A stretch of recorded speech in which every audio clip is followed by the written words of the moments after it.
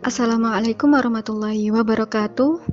Baik, saya akan mempresentasikan salah satu materi pada mata kuliah konsep dasar IPS, SD atau MI, yaitu tentang kegiatan ekonomi, uang, dan koperasi.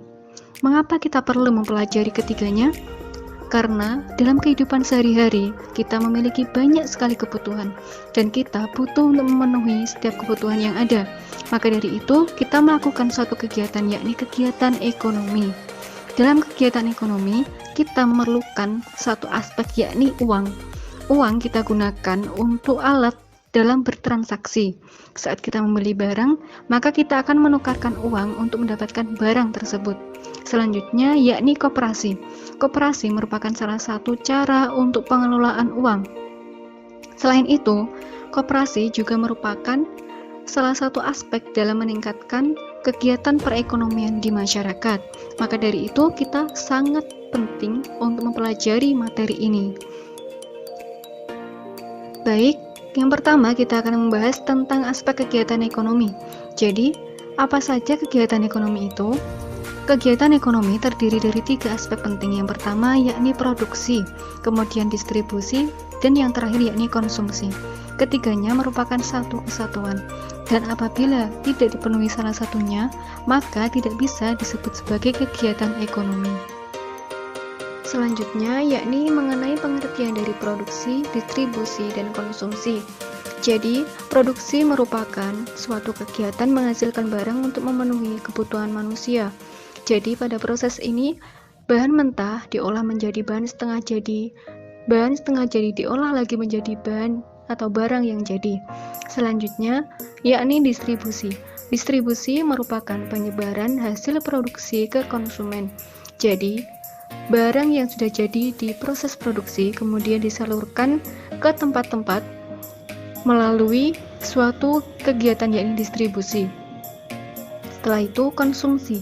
Konsumsi merupakan kegiatan memakai atau menghasilkan barang untuk memenuhi kebutuhan baik berupa barang maupun jasa. Selanjutnya yakni contoh dari ketiga proses tersebut. Yang pertama, contoh dari produksi. Contohnya seperti produksi bahan bangunan, kemudian makanan, dan pakaian. Dan sebenarnya masih banyak lagi contoh dari produksi. Selanjutnya yakni contoh distribusi, yakni ketiga barang yang sudah jadi seperti bahan bangunan, makanan, dan pakaian yang sudah jadi tersebut dikirim menuju tempat penjualan melalui berbagai cara dan transportasi. Selanjutnya, contoh konsumsi, yakni seperti kita menghabiskan dan membeli pakaian, makanan, bahan bangunan, itulah contoh dari konsumsi. Selanjutnya, kita akan membahas tentang jenis perekonomian masyarakat. Yang pertama yakni agraris. Agraris sendiri merupakan kegiatan produksi yang mengolah tanah sebagai lahan utama dan menghasilkan barang. Seperti halnya yakni perkebunan, pertanian, dan peternakan. Bisa saja seperti perkebunan apel, jeruk, semangka, dan lain sebagainya. Kemudian, untuk pertanian, kita bisa membuka yakni pertanian seperti padi, cabai, dan lain sebagainya. Begitu juga peternakan, bisa domba, sapi, maupun ayam. Selanjutnya yakni perdagangan. Perdagangan sendiri merupakan kegiatan membeli barang kemudian menjualnya lagi tanpa mengolah, menambah, atau mengurangi. Yang ketiga yakni industri. Industri merupakan kegiatan yang sama dengan produksi, yakni sebuah pengolahan. Seperti halnya pabrik semen, pabrik sepatu, pabrik makanan ringan, dan lain sebagainya. Yang keempat yakni jasa. Jasa merupakan usaha yang tidak menghasilkan barang, seperti jasa tukang pijat dan jasa tukang sopir. Selanjutnya, kita akan membahas aspek yang kedua yakni uang. Jadi, apakah uang itu? Uang merupakan suatu alat tukar dan juga suatu alat untuk pembayaran.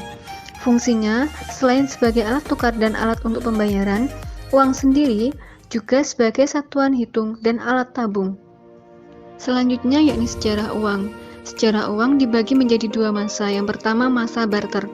Pada masa ini, manusia melakukan transaksi dengan tukar-menukar barang, yakni sistem barter. Kemudian semakin lama mereka merasa kesulitan karena barang yang mereka miliki semakin banyak. Dan selain itu timbul faktor lain, yakni kebutuhan manusia yang semakin bertambah. Kemudian mereka mulai berpikir untuk membuat sesuatu yang baru yang lebih efisien. Dan muncullah salah satu alat yang kita namakan dengan uang. Yang kedua yakni masa setelah ditemukannya uang, yakni masa uang barang menuju masa uang logam. Uang barang yakni barang yang dijadikan uang dalam bentuk barang yang berharga seperti beras, kerang, ikan, kemudian gigi ikan, dan masih banyak lagi yang pada masa itu mereka anggap barang itu merupakan barang yang bernilai. Selanjutnya, setelah masa uang barang, mereka menuju masa uang logam, yakni mereka mulai membuat uang dari logam yang digunakan seperti halnya emas, perak, dan tembaga. Uang yang pertama menurut yang berhak mengeluarkannya. Uang dibagi menjadi dua, yakni uang kartal dan uang giral. Uang kartal merupakan alat pembayaran yang sah dan dikeluarkan oleh bank sentral. Bank sentral seperti halnya Bank BRI, BCA, Danamon, dan lain sebagainya. Uang kartal ini berbentuk uang kertas dan uang logam. Selanjutnya yakni uang giral. Uang giral merupakan uang yang dikeluarkan oleh bank umum berupa surat-surat berharga, seperti dalam bentuk ATM. Yang kedua, menurut bahan pembuatnya, uang dibagi menjadi dua, yakni uang kertas dan uang logam. Uang kertas terbuat dari kertas khusus yang dicetak, dan kertas yang digunakan ini tidak sembarangan kertas. Kemudian uang logam. Uang logam sendiri terbuat dari bahan logam tertentu. Jadi logam yang digunakan untuk membuat uang logam ini merupakan logam pilihan. Selanjutnya yakni mata uang dunia. Seperti yang kita tahu bahwa mata uang dunia sangat beragam. Contohnya seperti yang pertama yakni rupiah. Rupiah merupakan mata uang Indonesia. Yang kedua yakni dolar Brunei, mata uang dari Brunei Darussalam. Yang ketiga ringgit. Ringgit dari Malaysia, kemudian dolar Singapura dari Singapura, dan dong dari Vietnam, baht dari Thailand, riel dari Kamboja. Kemudian New Kip merupakan mata uang dari Laos, dan peso merupakan mata uang dari Filipina, dan dolar US mata uang dari Timor Leste. Selanjutnya kita akan membahas tentang koperasi. Koperasi merupakan badan usaha yang beranggotakan perorangan atau badan hukum yang berlandaskan pada prinsip yang telah ditentukan dan asas kekeluargaan. Jadi, koperasi merupakan badan usaha yang terdiri dari perorangan yang memiliki prinsip dan asas kekeluargaan. Tujuan dari koperasi yang pertama yakni membangun dan mengembangkan potensi ekonomi, jadi potensi anggota maupun masyarakat. Kemudian berperan meningkatkan kualitas hidup, yakni kualitas hidup masyarakat di sekitarnya maupun anggota dari koperasi itu sendiri. Selanjutnya yakni memperkokoh perekonomian dan mengembangkan perekonomian nasional. Dengan adanya koperasi itu, maka bisa meningkatkan perekonomian nasional. Selanjutnya yakni prinsip dari koperasi. Seperti yang kita lihat pada video, ada prinsip keanggotaan yang bersifat sukarela, terbuka, kemudian pembagian SHU secara adil, pengelolaan demokratis, kemandirian pendidikan dan kerjasama, serta pemberian balas jasa terbatas. Jadi, setiap prinsip itu memiliki hubungan dan saling berkaitan, maka dari itu prinsip-prinsip tersebut harus dipenuhi untuk menjadikan koperasi menjadi koperasi yang lebih baik. Kemudian, hak dan kewajiban anggota. Hak anggota yang pertama yakni hadir dan berpendapat pada saat rapat, kemudian memilih dan dipilih menjadi pengurus, memberikan saran dan pendapat, mendapat keterangan mengenai perkembangan koperasi dan memanfaatkan layanan yang ada. Selanjutnya, kewajiban anggota. Yang pertama, memenuhi AD dan ART serta keputusan yang telah disepakati. Selanjutnya, berpartisipasi dalam kegiatan usaha dan memelihara kebersamaan antar anggota. Dan dua hak dan kewajiban itu harus terpenuhi agar pada saat pelaksanaan koperasi berjalan lancar. Selanjutnya yakni organisasi koperasi, terdiri dari pengurus, pengawas, dan rapat anggota. Pengurus bertugas sebagai koordinator dan pemimpin adanya koperasi itu sendiri. Kemudian pengawas berfungsi untuk mengawasi setiap kegiatan yang dilakukan oleh koperasi.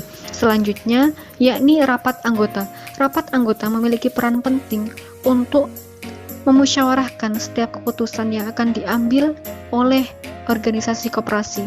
Lambang koperasi. Yang pertama ada rantai yang melambangkan persahabatan yang kokoh. Kemudian gigi roda melambangkan usaha atau karya yang terus-menerus. Selanjutnya, kapas dan padi, yakni kemakmuran rakyat yang diusahakan oleh koperasi. Selanjutnya, timbangan, yang berarti keadilan sosial sebagai salah satu dasar. Kemudian, bintang dalam perisai, yakni sebagai landasan ideal koperasi. Selanjutnya, pohon beringin, yang melambangkan sifat kemasyarakatan dan kepribadian Indonesia, yang kokoh berakar. Kemudian, tulisan Koperasi Indonesia, yakni kepribadian Koperasi Rakyat Indonesia. Selain itu ada warna merah putih, melambangkan sifat nasional Indonesia. Sekian penjelasan mengenai kegiatan ekonomi, uang, dan juga koperasi. Semoga bermanfaat. Wassalamualaikum warahmatullahi wabarakatuh.